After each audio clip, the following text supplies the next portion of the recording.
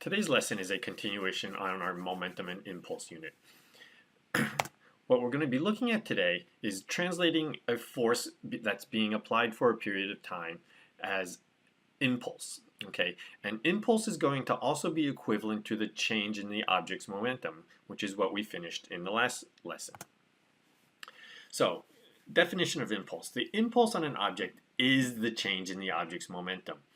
Okay, so since impulse is change, impulse is final momentum minus initial momentum. We're going to be using the letter capital J to represent impulse.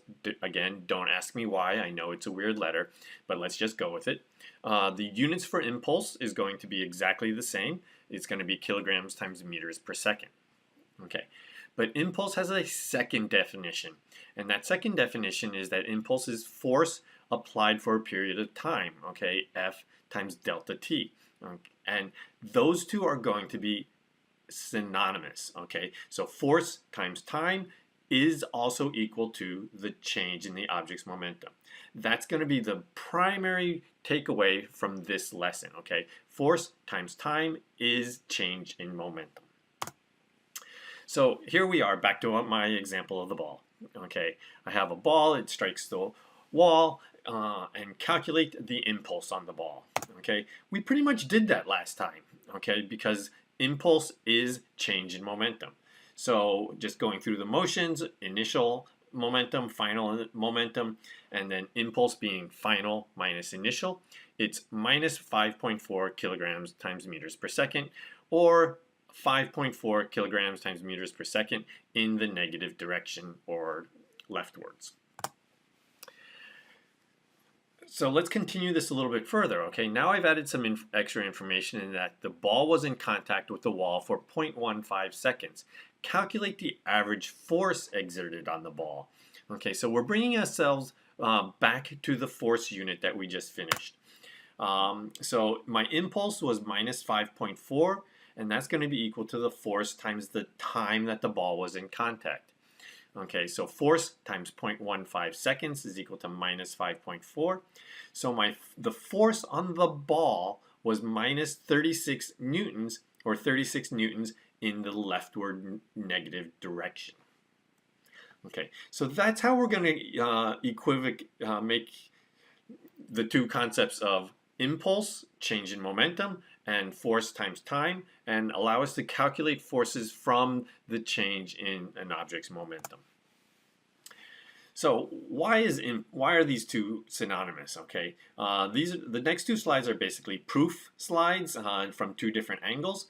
So initially, I have from kinematics, I have my the v final equal v initial plus acceleration times time equation.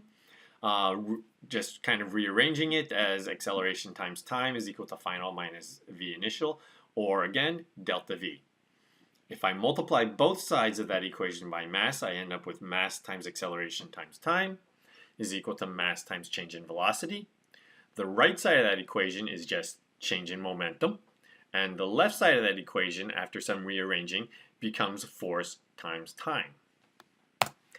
Okay, from a more recent unit, okay, the impulse could also be shown to follow from Newton's laws, okay, and primarily his second law. So impulse is force times time, replacing force with mass times acceleration and reorganizing. Impulse is equal to mass times acceleration times time. But change in velocity is acceleration times time. So my impulse becomes nothing more than mass times change in velocity or change in momentum. So no matter how I come at it, okay, the force times time is equal to impulse, which is equal to delta p, or change in the object's momentum. So the key concepts from this unit, from this set of slides, is that impulse is both change in momentum and force times time. Okay, the equation is shown below. They're both vectors. Okay, so it's going to be important that we pay close attention to the direction and choose a positive and negative direction, or if necessary, we have to deal with magnitudes and angles. Because forces don't necessarily have to be constant over time. I can apply a different force over different time periods. Okay, so and I would have to analyze them time period by time period. For example, when I have a projectile, normally we're just concerned with the flight, okay? But there's a force that's being exerted during the toss, the force of gravity only during the flight, and then there's a force during the catch, okay? So here's an example. Okay, I have a 250-gram ball and it's moving east at 2 meters per second when the following forces are applied, one after the other. Okay, so 1.5 Newton force, that's an eastward force for 2 seconds. After that force is done, I have another force that's applied to the west for 3 seconds, and then a third force that's applied to the north for 1 second. So the objective here is to calculate the ball's final velocity. So here's the solution. Okay, first I need to calculate what my initial momentum is. Okay, so my initial momentum is 0.5 in the eastward direction, or since I now have easts and norths, or x's and y's, I'm going to go and convert to the I hat j hat notation. So my initial momentum is simply 0.5 I hat.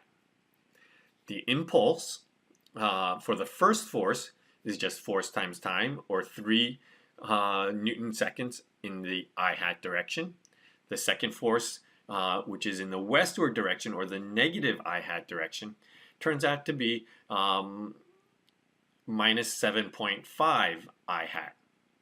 And the third force in the positive j direction is calculated to be 3 Newton seconds in the j hat direction, positive j hat. So my final momentum is just going to be the initial plus all of those impulses, because all of those impulses simply changed its momentum. So all I do is I add them all up. The I hats add up separately. The j hat adds up separately. And I find that my final momentum is minus 4 in the I hat direction, or 4 Newton seconds westward, plus 3 Newton seconds northwards, minus 4 I hat plus 3 j hat. Okay, if I was to graph it, it would be in this direction. Okay, here's my coordinate system, and it's 1, 2, 3, 4, and 1, 2, 3. So it's minus 4 I hat plus 3 j hat. Okay, but I didn't want the final momentum of the object. I wanted the ball's final velocity. Since momentum is mass times velocity, velocity can be calculated to be momentum divided by the mass of the object. Okay, paying attention to the fact that it said 250 grams, I convert that to 0.25 kilograms, okay, because that's the standard unit. And I find that my final velocity is actually going to be minus 16 meters per second in the I hat direction, 12 meters per second in the j hat direction. Okay, so paying attention to that, I realize that this is a 3, 4, 5 triangle, so I can easily calculate my magnitude. It's 20 meters per second. Okay, and using the inverse tangent, I find that the angle is 37 degrees. I obviously made an error because it's not south of west. It should actually be north of west.